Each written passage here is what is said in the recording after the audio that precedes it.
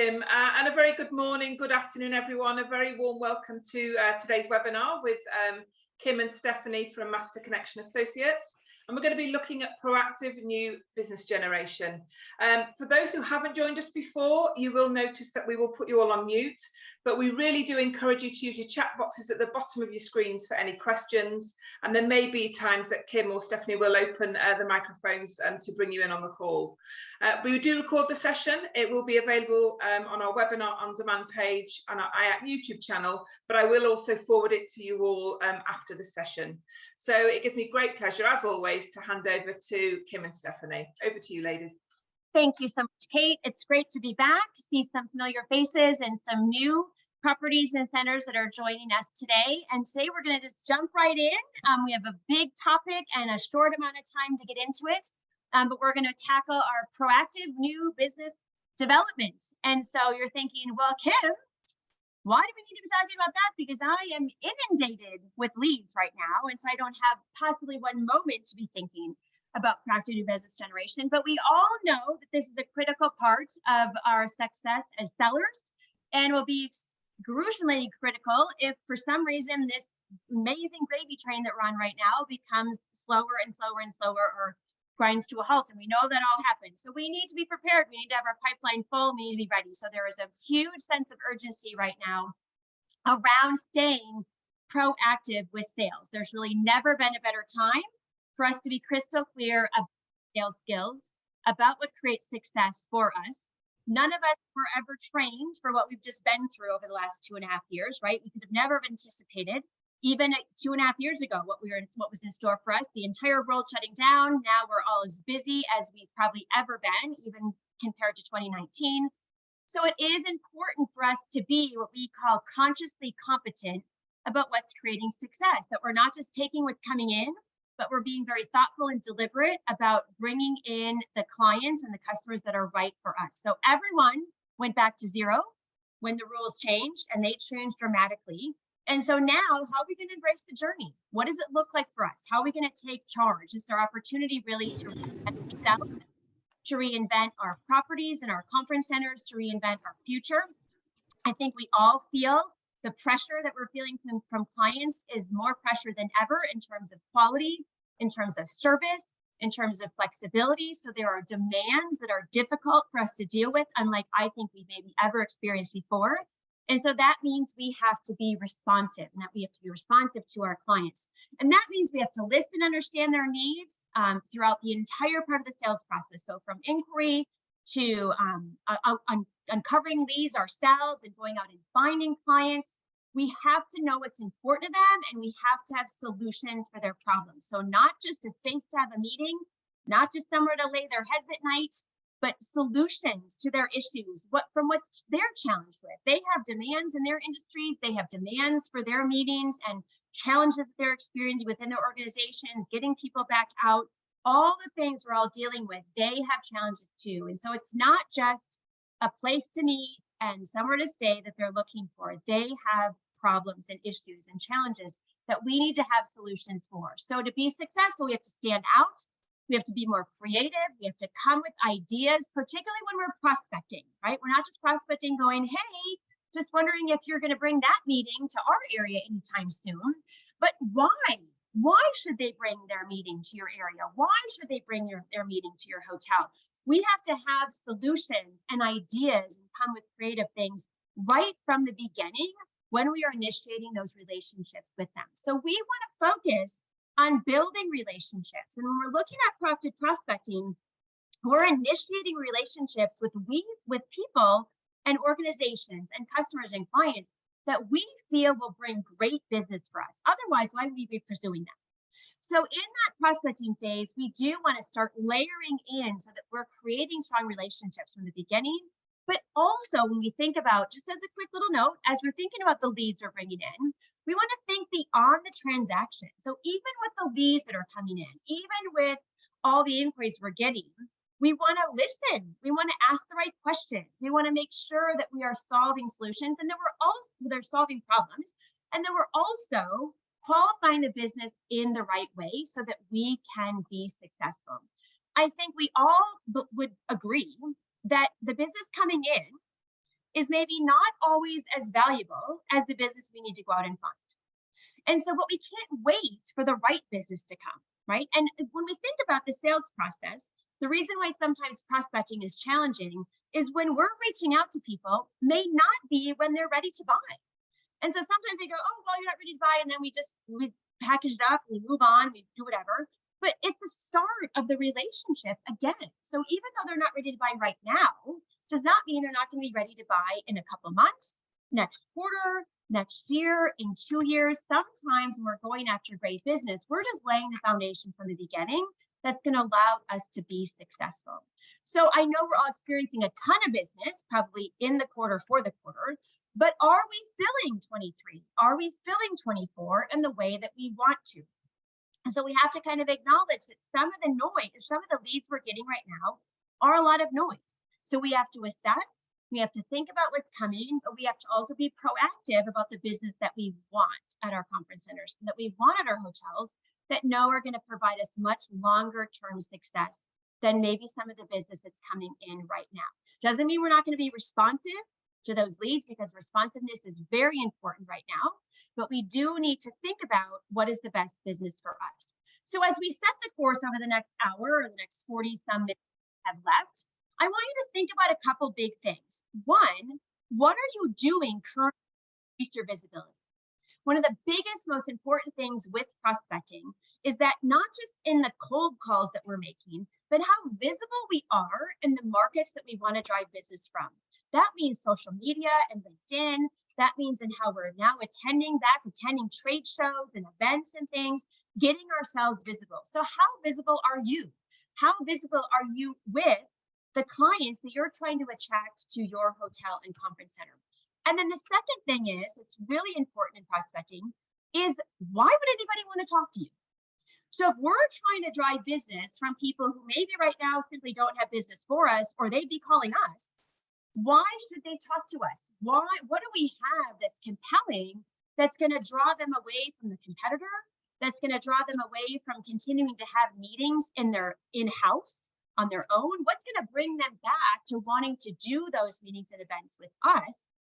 We have to have reasons for that. We have to have solutions. We have to be interesting for people to talk to. And that's what we're going to focus on today, is that messaging around how we can be successful in reaching out to clients in a way that gets noticed and a way that gets them to want to call us back. So we can overcome some of those hurdles of what makes outbound prospecting so difficult or challenging, or something we don't love very much, is always hearing no. So how do we increase our chances of hearing more yeses and getting people to really be responsive to us? So to get us started, I'd like you to take some time, if you want or can, to just put into the chat, what are some of the challenges that you're facing when it comes to prospecting? We want to make sure that we answer your questions as we go throughout our time, our short time that we have together today. So please don't be afraid. Obviously, anybody who puts that in there is probably going to get that question answered, hopefully today. So just go ahead and do that at this point now, or as we go through the session. If something pops up or a question comes up, we want to make sure that we address that. So find that chat feature on your Zoom menu, the little message bubble, click that open, and you can just send a quick message. Stephanie will be watching that, and we'll be checking in with that as we go along in our time together. But as long as we're talking about time, let's start with time, because I don't know if anybody's going to put that in the chat box, but that's generally the first thing we hear is, I do not have time to proactively prospect. I have so many leads coming in. There's no way, we're short-staffed, we're still running lean. We cannot proactively prospect. And I'm going to say, I hear you. I'm going to say that's real. I'm not going to come in here and go, nope, that's not real. You should. But I am going to say, you need to find time anyway. So there's no magic bullet around time. There's nothing I'm going to tell you today that you don't already know that says, you know, we're never going to find time. We got to make the time. And there's nothing truer than that with sales. We've got to make the time. Again, we have to be ready for when the leads stop pouring in, or we have to be better positioned to bring the business in that's better for us. So again, we're never going to find the time, because if I found the time, then I would be exercising every day. And I'm not exercising every day. And you know why I'm not exercising every day? Because I'm not making the time to exercise every day. But if I held myself accountable to 1/2 hour or a walk every day, whatever I said that was non-negotiable, I would make time, and I would bet everything else would still get done. So part of it is how we're shifting our priorities and how we're shifting how we're spending our time. And our recommendation, you may have heard us say this before, is a third, a third, a third. 1/3 of our day spent on admin. That stuff's not going away. We still have emails to answer. We still have proposals to get out. We still have contracts to review. We still have operational issues that we're dragged into with our clients, right? And our operations team. So that stuff is not going to go away. But if I think about my 9-hour day, can I dedicate 3 hours to admin? Absolutely. I have time for that. Then another third of our time is spent on handling existing accounts, right? So we need to nurture and grow our current accounts, our key accounts. We still are prospecting within those accounts, trying to grow that business, but other bookings, their follow-up, all the things we're doing to manage and nurture those existing accounts so that they do not get stolen by the competition. And that should leave then 3 hours a day for new business development. Now, I'm not saying we're spending 3 hours a day cold calling. That's not at all what I mean. There's a lot of activities involved in new business development, from research that we're going to look at, from accumulating lists, spending time on social media, LinkedIn, so on and so forth, going on sales calls, attending trade shows. That's all part of that 1/3. So as long as over the course of a week, I have dedicated a good third of my time to business development, then I should be pretty successful. That should be a good ratio of time to be spent. The problem is we get so bogged down in the urgent things that aren't that important sometimes, but they're urgent. And so they're right in our face and it's hard to get past. So one of the things we suggest you do is think about how you're managing the leads within your property. How are you catching those leads? How are you responding to those leads? And if you're finding that there is zero time to proactively prospect, then that's a conversation to have with the leader to say, I'm not spending any time prospecting. Now, maybe that's okay. Maybe it's not. If they say it's okay, then we'll say, okay, it's okay for now. But I think we all know we need to make that time to do that. And so we can really get control of our time. But it's only us that can do that. Time's going to keep marching on. It's going to keep going fast. We can't manage it.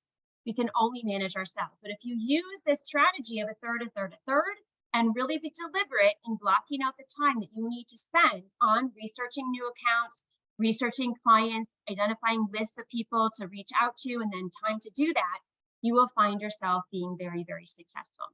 So I'm just going to take a look at some of our things right now. And what do I know? Time is right there at the bottom. People are very, very busy, understaffed. It's hard to get their attention. So you're saying, Ashley, actually the time of your clients, they're busy, they're understaffed, and so it's hard to get in touch with that. So I hear that. That's very real as well. But Erin says too, finding time when managing a high volume of leads, especially the short-term leads, right? Very gratifying to get a lead today, book it tomorrow, and have them coming next week. That's a quick sales cycle. That feels good. But is that always going to be the right business for us? And then Andrew says, with so much turnover, how do we find leads to contact? So we'll take a look at some of those things as well. So thanks for those. If there's any more, we will certainly address those as we go. But time is the first thing, and we just got to make the time. May not be the answer you're looking for today, but that is the real answer about what we have to do. So then the next thing, kind of our big bucket of what makes us successful in proactively prospecting, is where we're looking for business. And so we look at business coming from 3 different key places. One, new from existing, new from old, and new from new. And so the shortest and least expensive sales cycle for us is to focus on growing our business from existing business. Why should I go out and try to convince people that have never heard of me before to want to work with me or switch from the hotel or conference center they're using now, when I can go to the clients that are using us and grow the business that they have in other ways? So we're going to take a look at how we're going to identify business in each of these areas, because this is an important part. Where we go to look for business is critical to our success. And if you look up prospecting in the dictionary, it'll say your probability of success, profit, or source of profit in the future. Well, we can increase our probability of success by where we look. And one of the best places to start looking to grow business is from our existing business. So we don't want to ignore that. That is equally a part of prospecting and new business development. It's not just new from new. It's not just going out and pounding the pavement. It's not just those cold calls. it is any new business we can generate that's going to help us meet our goals, and that can come from our existing business. So most of the time, 20% of our accounts are generating 80% of the revenue that we're bringing in. So already we're getting a lot of business from those key existing accounts, but we need to dig into them, penetrate them, identify opportunities, identify different divisions, different parts of the organization, different parts we haven't worked with. So if we're getting a lot of meeting business from one division, but not another, then asking for introductions and getting involved in those. It's that piece. It's identifying new opportunities within those existing opportunities that we have. But it's also staying close to and nurturing those clients. Are you really good at connecting with your clients when they don't call you first? Are we waiting for these existing clients to call us when they have the next meeting, when they have the next program? Or are we reaching out to them on a fairly regular basis, just checking in, not to book something, but just say, how are things going? How is your Q4 ending? Any new challenges? Just having conversations that keep us front of mind with these clients and keep nurturing those relationships and cementing that loyalty. If we aren't doing that, the competition surely is, and that's how they're going to swoop in and steal that business. So we really want to focus on how we can grow the business from our existing business, and that's the first place to look when we're talking about new business generation, is how do we build business from our existing business. The second is old business, right? This is a great strategy to go back and look at business that we've turned down, business that turned us down. If we go back to 2017, 2018, and 2019, we were very busy. We might go back and look at some of those accounts and say, that's not even the right business for us. Or as Andrew said, I don't even know if I know anybody left there anymore that I can get a hold of because their contacts have changed or they're changed staff. So we may have some struggles with that, but there are certainly corporations, organizations, businesses, associations that maybe we lost business from, I should say, in 17, 18, 19, that we want to go back and look through our CRMs. Why did we lose it? Who did they go to? Check their history now. Go into Nolan, go out and find where have they been? Have they started doing meetings again since we've come out of COVID? And maybe there are opportunities to reach in there. So don't ignore that new from old, because there's quite a bit of business that can come from that. In fact, MCA personally had a ton of success over the pandemic going back to old businesses. And we started first with the industries and the segments that were faring well during COVID. So automotive, pharmaceutical, legal, medical, all places where we had customers, right? We're not exclusively hospitality. We have customers in a lot of corporate business too. We went back to them first and generated a ton of business from those markets and those clients over the pandemic that continue that relationship that we'd had beforehand. So there can be a lot of success there. And then of course we have the new from new, right? So this is where we're going out and generating new business from associations or companies that we've never worked with before, and trying to generate business from them or stealing business from the competition. So where do we start? When we think about new from new, where do we start? And so let's start there. Let's start by asking you, what markets are really hot for you right now, right? And there might be different markets that are hot now than were 6 months ago or even a year ago, but put into the chat right now, what markets are really hot for you right now? Because this is where we want to focus our success. When we think about where we're going to look and those strategies, where we're going to find new markets that maybe we haven't worked with in the past, we want to go to those ones that are that are having a lot of success right now, that have money to spend, because there certainly are companies, organizations out there that have money to spend. But what are the markets that you're experiencing right now that are hot? We have a huge group of our people today from the US, a couple of you sprinkled in from Europe. So what is it looking like for you? And what are those markets that you definitely want to target? Because we have to have a target. And we want to focus our target in the places that we are most likely going to find new business. So Aaron's chatted in medical, pharma, universities, biotech. So Aaron, why don't you come off mute very quickly and just share with us what is your effort in these areas to be better positioned with your conference center, with your hotel in these industries? What are you doing to proactively look for business in these particular segments and markets? Hi, well, we're based on the campus of Duke University. So we obviously, Duke is our #1 customer, but we partner with many universities that come into campus, whether it be for sporting events or partnerships with Duke. So there's the university piece. We're also located right near Research Triangle Park, which is a heavy pharmaceutical biotech area. And we've been able to capitalize on mostly incoming leads from that market segment. I would say we're not prospecting that market segment yet, but that's part of why we're here today. And biotech is doing well for us as well. But medical in general, whether that be the university or just other medical, but those are the market segments that seem to be performing well, but again, with little proactive efforts at the moment towards the corporate market. Okay.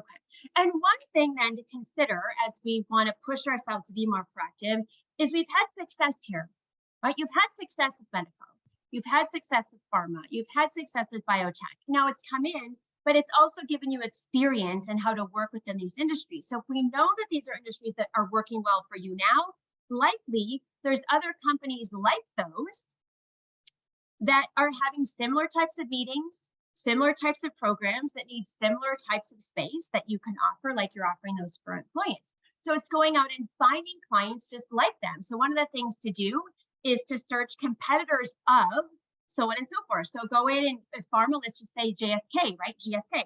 So go in and Google, say competitors of GSK.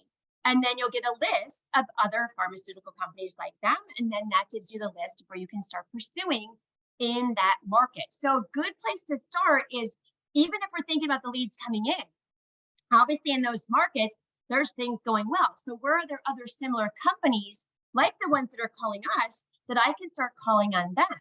And using the expertise I've established now in medical, in pharma, in biotech, that I have a little understanding of kind of their needs, their concerns, their hot buttons or things, I can now position myself as a bit of an expert to say we are very accustomed to handle organizations like yours, often like things with pharma, it's, you know, a lot of confidentiality, a lot of closed door meetings. So I understand your needs, and you can position yourself as being kind of an expert in being able to handle those types of needs. And so that's really our first step, is what is going well. And maybe we think from what are we hearing leads from? Obviously they're doing well.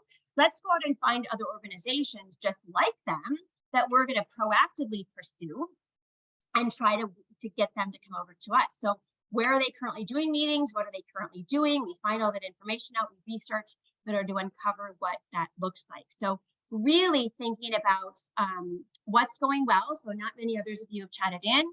I think Hassan said consulting, since most of them are building their own meeting rooms, right? And so is consulting going well for you then? Is it Hassan? Oh, yes, it's Hassan. Nice to meet you. Yeah. And so you're saying consulting is a market that's going well for you right now?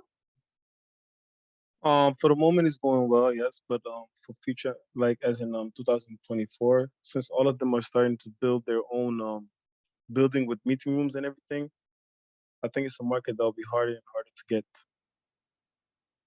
It is, I think right now it is a challenging market. What we're hearing a lot is a lot of those big consulting firms, McKinsey, Deloitte, some of the big ones.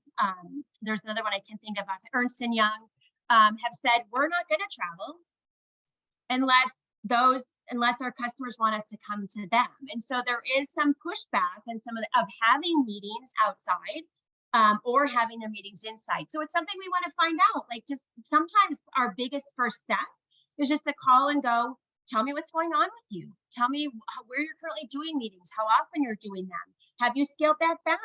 Just in an essence to start to understand, even if we don't end up prospecting them, we start to get an understanding of what's going on in that industry and have a better pulse on whether that's a market we want to pursue. If long-term, it's looking like it's not going to have the same opportunities that maybe some others do. So it brings us to when we think about prospecting, is profiling some of those best customers and going out and finding others just like them. And that brings us right to research. I mean, when it goes back to the fundamentals that some of you have seen, maybe I shared before, the fundamentals of prospecting start with step one, which is research. So I go back to Aaron, right? And I think, okay, what are some other medical companies, some other pharmaceutical companies that aren't calling me that I could go out and find? So I maybe do a Google search. I do a list through LinkedIn. I go, and they're going to show you a great tool in just a moment called 10 Times. I don't know if you've maybe heard of it, that'll help us see where people are having meetings. But we want to go out and do some research and find out what else is going on in medical. What else is going on in pharma? Do we have opportunities there to find meetings that people are having that we can then woo to us in 23, 24, 25, and beyond, and getting that bigger picture, longer term strategy for doing that. So that first step is where we're looking and identifying potential business that comes to us. Then the second step is we reach out to them. So once I get a list like Erin does of other pharmaceutical companies, like the ones that she's currently working with, now my next step is to start reaching out to each one of them and to see what's going on for them. Where are they having meetings? Doing a little bit of that probing and qualifying and figuring out if it's a good fit for me. And then hopefully getting that appointment that's going to give me that initial sales call to actually uncover more of their needs. So these are those basic steps of prospecting that really create success for us. So that first step is simply just identifying the resources. So where can I go out and find more pharmaceutical companies? Where can I go out and find more medical? Where can I find a list of other consulting companies that I can see if they're having meetings? So that first step is just creating that list of suspects, and there's a lot of resources. We're going to go through a few of them right now.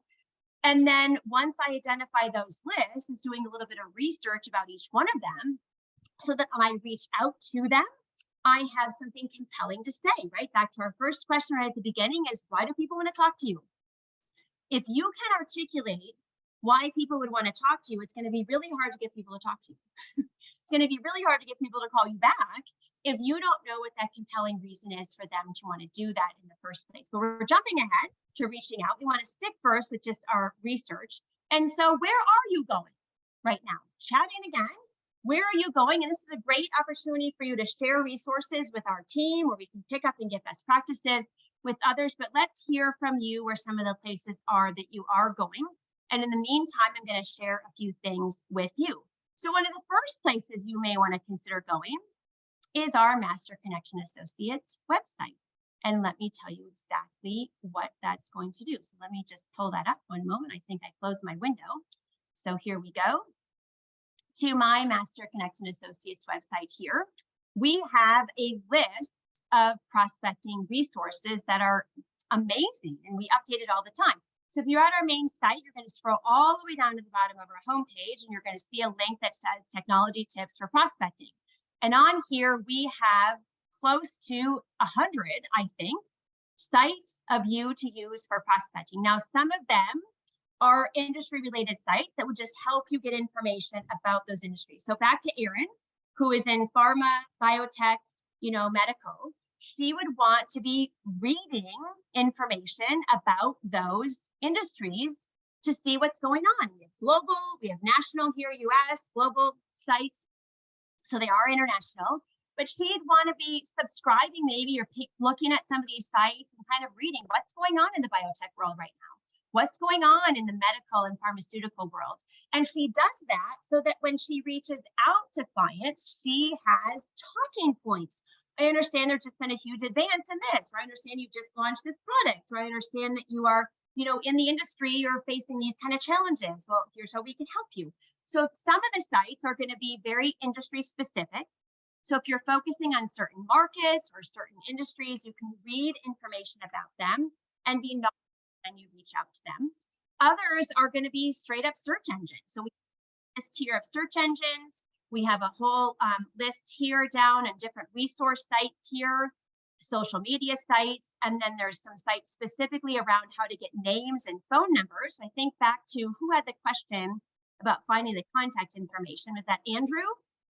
Right? So there's some great situations here to help information there. Oh yes, go ahead. Yeah, that's what I'm saying. He needs to he got so defensive even just when I opened up my mouth as for. Oh, that may not be for us. So you may want to meet. All right. But there's lots of ways to find. One of the best places, Andrew, to find who is the contact right now is to go to LinkedIn. Honestly, go to LinkedIn. search the organization or search maybe who you had before. And then you can see if they're still there and then find a way to reach them. If they've moved on to another company, then actually right there you have another lead because you can reach back out to the person that you connected with originally, and now you have another lead potentially to go with them. But then you can search through that. Hunter.io is a great site here where if you know at least the name of somebody, I just quickly click on it.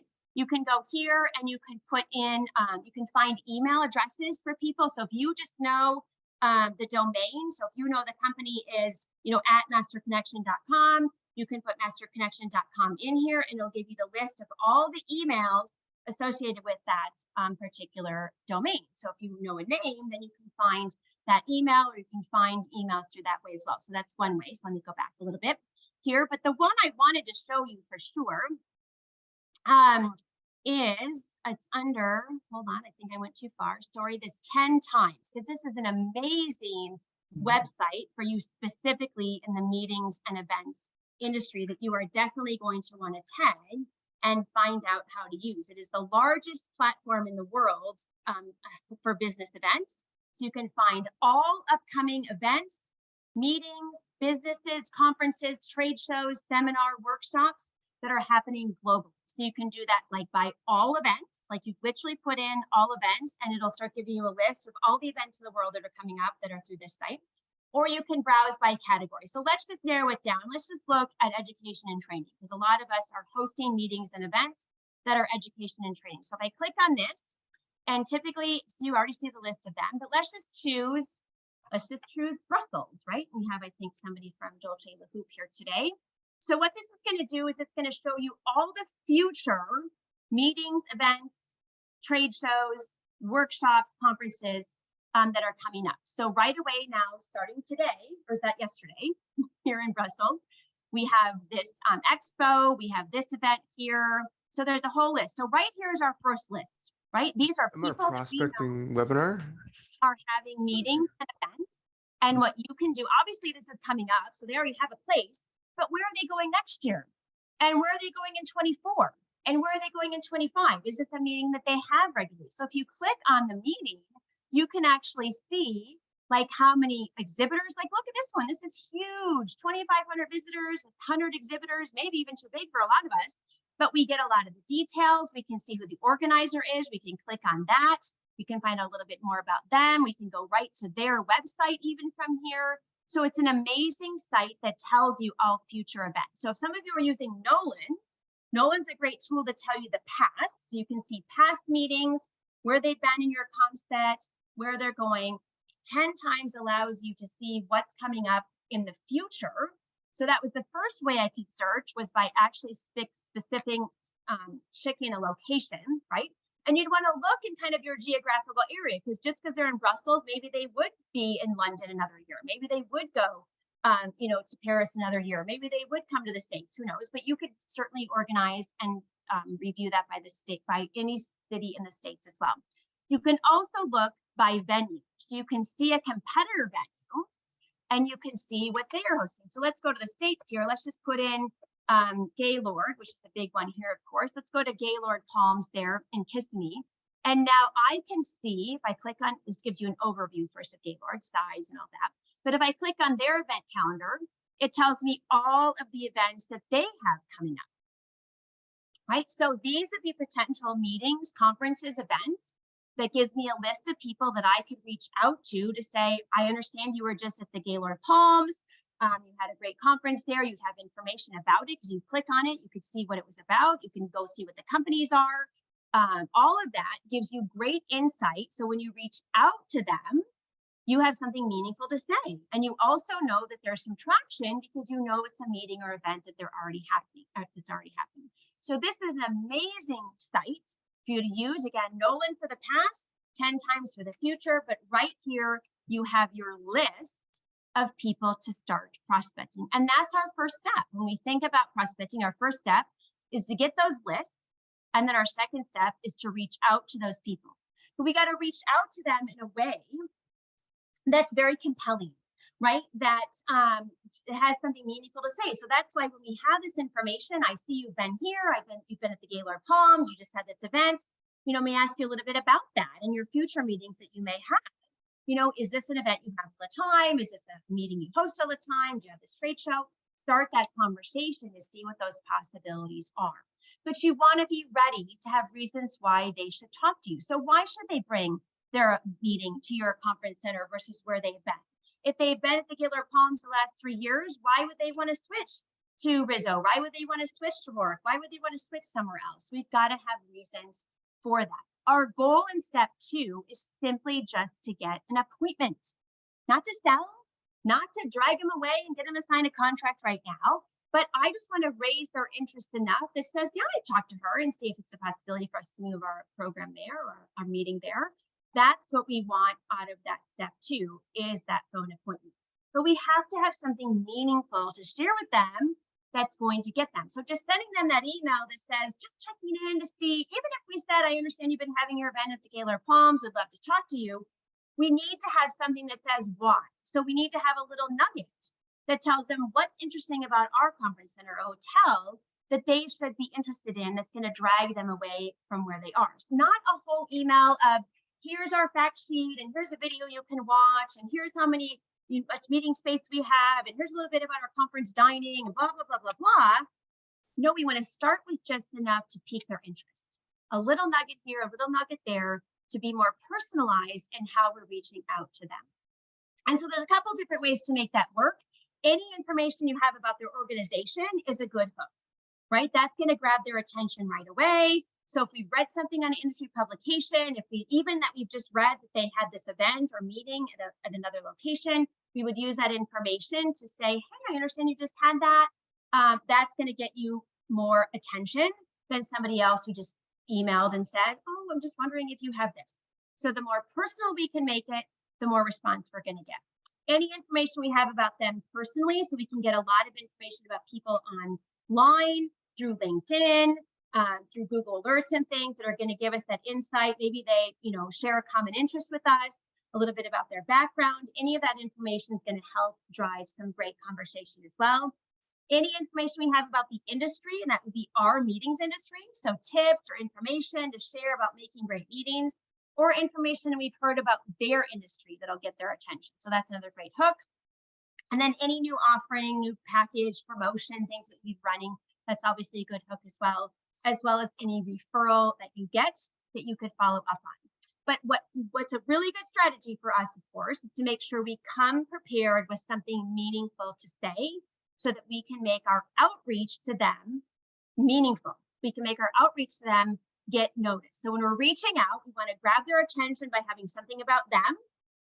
Then we want to be focused about one thing we can do for them. So if we have a creative idea for their meeting, if we have a new interesting element of our conference center that we think would be compelling to them, that would add a new dynamic to their meeting, we share one thing, and then we have a call to action.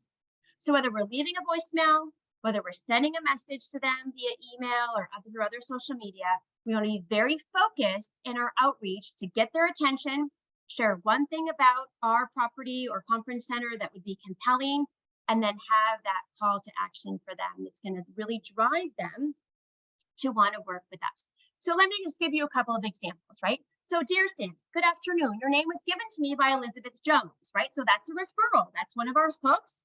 There's no better way to get your foot in the door than a referral. 84% of all business decisions come from a referral. So the better we get at asking for referrals, the more successful we're going to be. And then that takes the cold out of the cold calling, out of the cold email. When I have this great introduction, Elizabeth told me to call you. Already I have credibility. Already I'm going to get noticed over everyone else that is trying to get Sandy's attention to draw their meetings, to her meetings to their property. She specifically said you may be interested in talking about your transition to more hybrid events. Now that's their attention, that's the A, I got their attention. Now B, our conference center has been leading the charge with hybrid events for the last 5 to 6 years. So not just the last 2 years when everybody else did, but for 5 to 6 years we have experience doing this. We have the technology, the staff, the expertise to deliver your event successfully. And we know right? That this is a direct competitive advantage for IX centers, right? That we have those dedicated conference spaces with the more dedicated technology that really does set us apart. So we're going to share that. We have the technology, we have the staff expertise to do this. That's all I need to say. I don't need to list the AV. I don't need to talk about who, what we do. I don't need to talk anymore about our space. I just want to hook her and get her interested enough to call me back. So then my call to action, I would like to discuss your current needs and future opportunities. Are you available Thursday this week for a call? Not when you are available, call me, because you're never going to hear from them, but actually ask for a specific time or date so that you can move that forward. That is that call to action, and you need to have that call to action. So here's another one. Dear afternoon, Stuart. After spending some time on LinkedIn yesterday, I noticed that your company, ABC Partners, recently merged with your largest competitor, XYZ Brands. So this is a hook about the organization. We've learned about a merger. It could be that they've launched a new product. It could be that they've moved into your location. It could be that there could be lots of things. So something you learn about the organization is a great hook. I learned that you just merged with one of your largest competitors. On behalf of us, congratulations. Now, what do I have for you? I have to come with ideas. I can't just say, we'd love to host a meeting for you, so when you have a chance, give me a call. No, now seems like a crucial and exciting time to bring these two teams together. I'm reaching out because I think our conference center would be the perfect host to some effective and synergistic team building events, training, sales kickoffs, and more. I'm planting the seeds of what I can do for them. I'm giving Stuart ideas that he hadn't even considered. He's so overwhelmed with the merger, he might not even considered, oh yeah, we probably should bring the teams together. Oh yeah, we probably should do some training. All those things may be on his mind, but now we're coming with solutions that's going to help drive more business. We would love the opportunity to help you and your new improved organization get going quickly in the right direction. Our 25,000 square feet of dedicated meeting space, spacious guest rooms, flexible F&B offerings will do exactly that. So I've shared with them what I can do. Now the call to action. I love to jump on a brief call with you this week and see how I can be of assistance. Let me know how Thursday afternoon works for you. I'm looking forward to partnering with you. So we always want to make sure that we have that. What's going to happen next? What do you want them to do? Do you want them to call? If I just say I'm looking forward to hearing from you, you are probably never going to hear from them. But if we put that out there to say, I'd love to talk Thursday, how does that work? It gives hopefully Stuart a really easy chance to say Thursday doesn't work, but I'm available Friday. And let's jump on a call there. That's really important. Here's one more. Subject 2024 annual meeting. Dear Joanne, I recently read your LinkedIn post about your success of your annual meeting you just hosted in whatever destination. I enjoyed looking at the pictures and the various functions throughout the week, and the final event on the beach looked like everyone enjoying the end to a great week. So here's where maybe this person is following Joanne on LinkedIn. Maybe you were following a meeting planner on Instagram or otherwise, and we see that they're posting events that they're happening.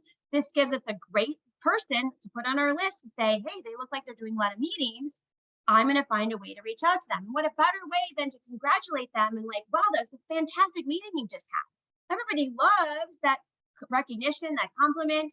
So you're right away getting Joanne to feel good about you reaching out. Then what comes next? Have you considered bringing your 2024 annual meeting or any other future event for your annual meeting to Providence, to Durham, to Plano, Texas, wherever, right? Have you considered bringing it to our destination?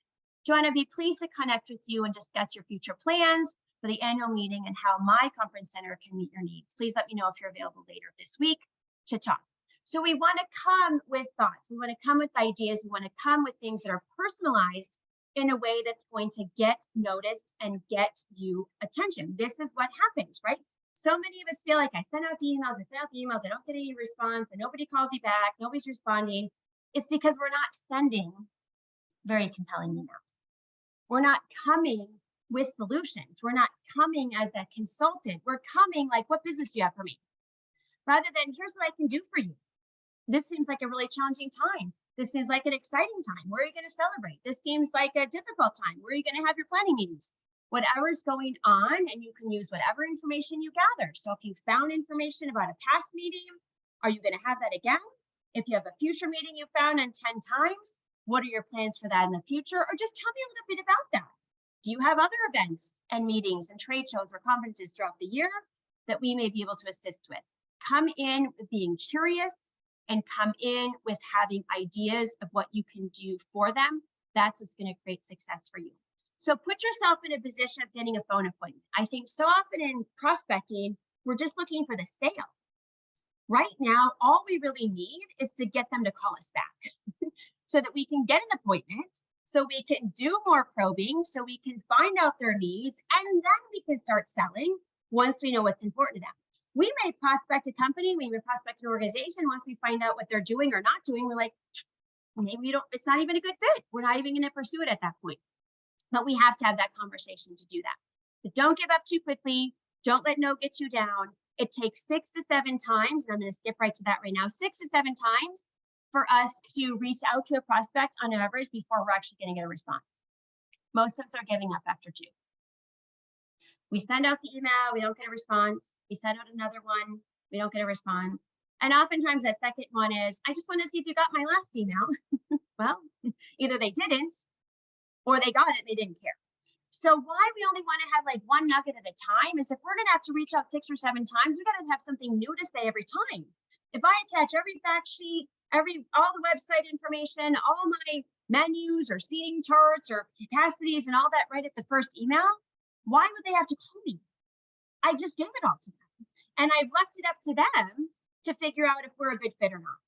Where if I just throw something out there that catches their attention, I get them on the phone, now I can have a better idea because I can talk to them and I can tell them how we're a better fit. Because lots of times on paper, we're not going to stack up as well as once I'm able to talk to that client and share with them what's going to create success. And so we want to drive towards that phone appointment. So no or not now does not mean not ever, right? Again, we're reaching out to them because they haven't reached out to us. If they needed us right now, they already would have called us. So we're reaching out to people maybe when they're not ready to buy, right? Not everyone is ready to buy when we need them to buy. And so sometimes we're just laying the foundation for next year, a following year. You know, if it's a really good, strong account that we want to try to land, we're going to take the time over a couple of quarters, over a year to really keep nurturing that relationship till they are ready to buy from us. And that's really what prospecting is all about. It's not the quick turn, so it's not quite as gratifying. Got the lead today, booked it tomorrow, here next week. It could be months sometimes. It could be a year sometimes, but some of those big accounts are worth it. And we have some amazing success stories with MCA, with selling training, where we have literally pursued people for years. Like we had people pre-pandemic that were very interested. We reached out to nothing, we reached out to nothing, we reached out to nothing. And then finally, like early this year, oh yeah, I think we'd like to get back to that now. And now huge accounts for training. So it does happen. We just have to be persistent, but we have to trace. So if they say, don't call me till next quarter, trace for the quarter and call them back. You said this would be a good time to talk, just wanted to check in, has something new, but keep your fingers on the pulse of what's going on for them. So set up Google Alerts so you can find out what's going on in the organization. Have talking points that give you touch points to reach out to them. Stay engaged on social media. So follow them, right? When they post something on LinkedIn, make a comment about it. Not like, hey, you want to do business with me? But hey, I loved your article that you just posted, or great insight you just had about me needs, or love the event that you just had. Be engaged with them on a regular basis is going to keep your pulse on what's happening with them and is going to keep you top of mind with them as well. So just because we sent the email and got nothing doesn't mean we give up.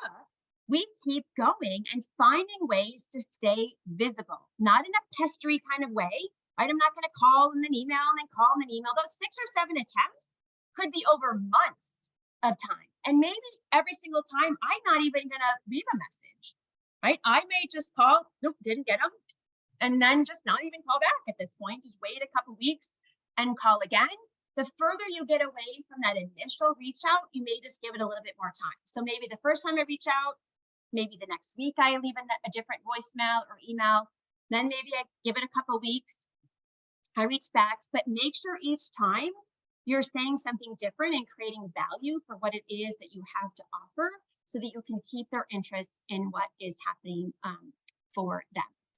So I see a couple of you have listed Nolan as great opportunities, right? Nolan is a paid subscription type of thing that you do need to subscribe to, but it is amazing in giving you specifically within your comp set what is going on. It's like a reader board service, essentially, telling you what's going on, who's having events, who's having meetings, how many people are going, who's the contact information. They actually have a great link right now right into LinkedIn. So whoever that contact is, you can click right on their name. It's going to bring you right to their LinkedIn profile. You can find out how to contact them. You can find out information about them, which is all, of course, going to sort of grease the wheel for you to call. So a couple of quick tips. There are better times to call and there are better times to email. So not only do we want to have a compelling message, but we want to think about when we are reaching out. So according to all the resources and research and focus groups, Wednesday or Thursday are the best time to call and prospect new clients. Monday, everybody's swamped. Friday, everybody's got their mind on the weekend. So Wednesday or Thursday, good times, and between 8 and 9 or 4 and 5. So call early in the morning, later in the afternoon. You're more likely to get decision makers. You're more likely to have people picking up their phones and not in meetings. For email, the best time to email is 5 minutes prior to the hour or 5 minutes after. And I bet you can guess why. Because if people are in meetings and they're getting out right at the top of the hour, then they're going to check their email right away and yours is going to be on top. If you emailed at half past the hour, it's now 3 or 4 behind everyone else that emailed after you. So a good strategy is to try to email 5 minutes before the hour, 5 minutes after, and that's going to get us in. A couple other things to get past the gatekeepers, because we often have those gatekeepers that make it difficult for us to get through, is build rapport with the assistants. Don't think of the gatekeeper as a gatekeeper. Think of the gatekeeper, the assistant, as your friend. The nicer you are to them, the nicer they are going to be to you, and the nicer they're going to convey to their decision maker, right? Their boss, their assistant, whatever, to say, yeah, this person called and I think you should call them back. So if we are really genuine and thoughtful and nice with them and build rapport with them, then we have a better chance of getting through. There's also what we call the double dial. The double dial is if you call a prospect, they don't answer, you just hang up, you don't leave a message, but you call right back. And when you call right back, people go, oh, they're calling back again, it must be important. And then they pick it up. I've even fallen prey to that before. So you want to make sure that you maybe try the double dial and do that.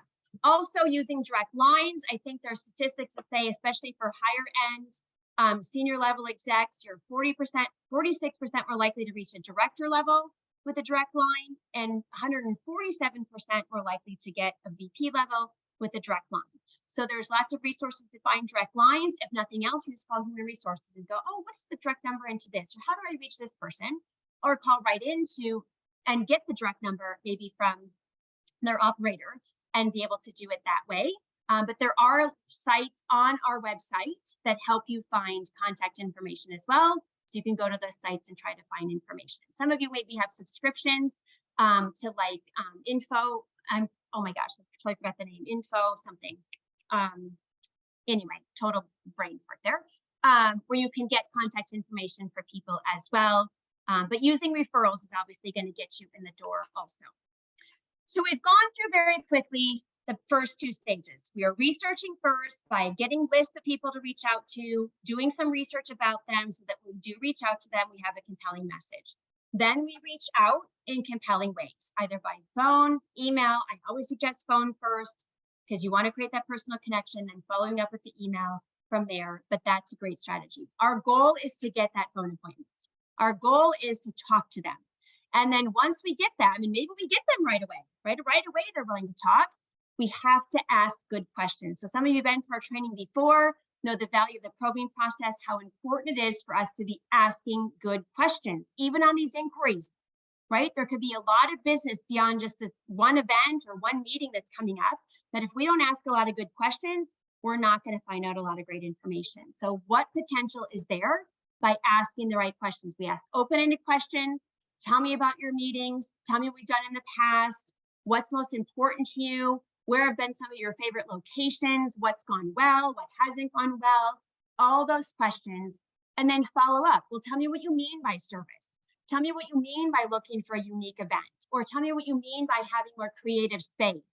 Or when you say technology is really important, like what about the technology is most important to you?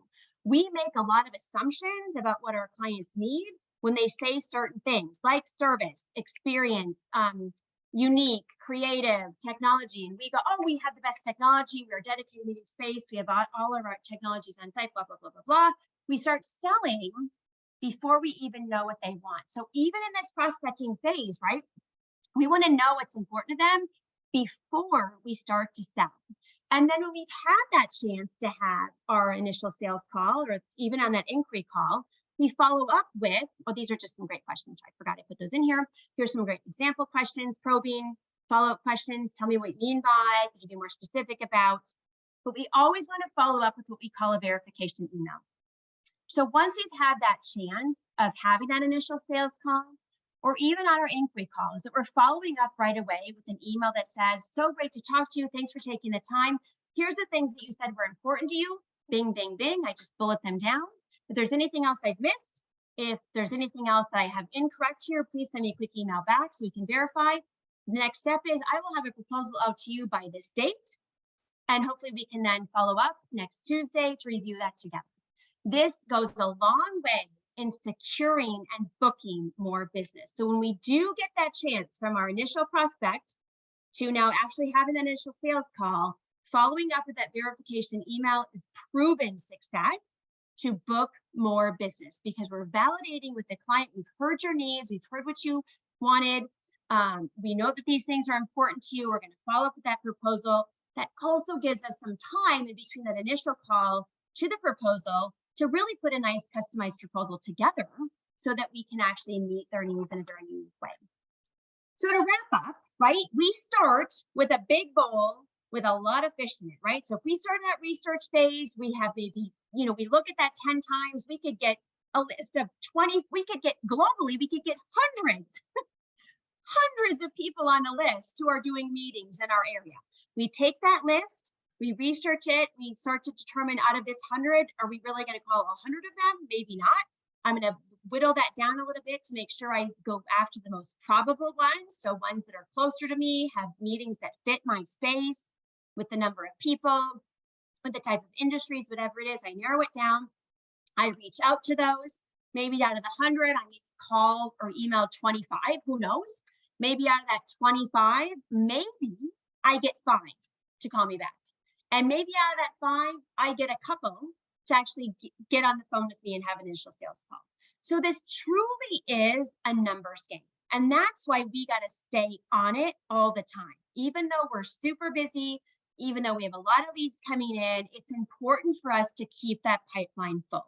It's not going to happen overnight like these leads are that we have right now. But if we stay in the game and dedicate those few hours each day or the few hours each week to make sure that we're keeping prospecting on the forefront, we will be successful. It is all about finding the right person through the right path, right? The resources we've shared with us today help us identify the right paths to find the right people, and then having the right things to say that's going to get their attention.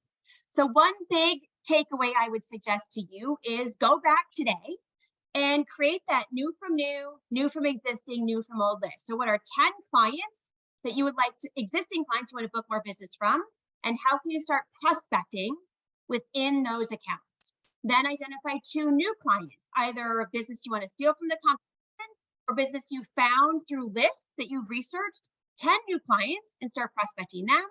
And then go back through your CRM and find 10 old clients that you feel very likely have business from me so that I can to do that. But in the end, you got to block out the time. You got to block out that hour tomorrow morning to do that research online, to go to 10 times and, spend some time, doing some searches either by venue or by location.